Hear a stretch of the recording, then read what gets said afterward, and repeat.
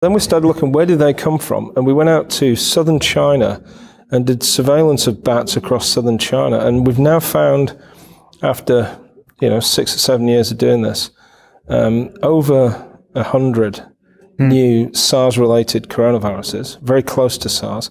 Some of them get into human cells in the lab.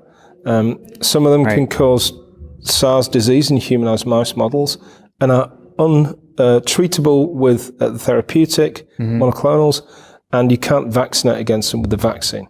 So these are a clear and present danger. Yeah. We've even found people with antibodies in Yunnan to SARS-related coronaviruses, so there's a human exposure. Right.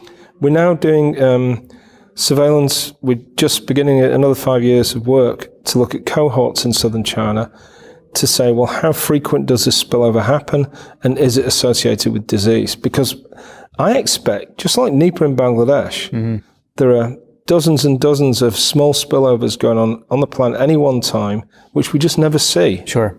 Yeah, they never amplify. There are a few cases, and they're just absorbed in the illness, the overall illness of the population, right? Now, you could say, so who cares? And that's one argument. But our strategy is any one of those could become pandemic. There's a lot of stochasticity in what happens then. Yeah. So if we look at all of them, understand patterns, try and reduce the number of spillover events, we've got,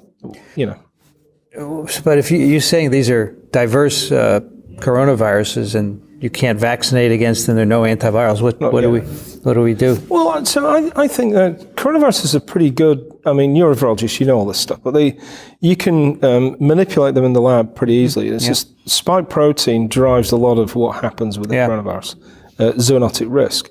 So you can get the sequence, you can build the protein, and we work with Ralph Barrick at UNC to do this.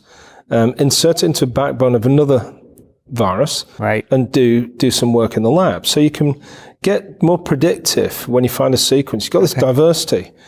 Now, the logical progression for vaccines is, if you're going to develop a vaccine for SARS, people are going to use pandemic SARS as sure. But let's try and insert some of these other related and get a better vaccine. And I guess also knowledge of what's there.